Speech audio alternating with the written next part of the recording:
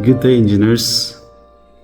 Welcome back to my channel, RH Engineering. For today's tutorial, didiscuss ko lang yung common na chine-check ko during analysis. So, we have here a model. I-show ko yung pinaka lower level or yung reaction level.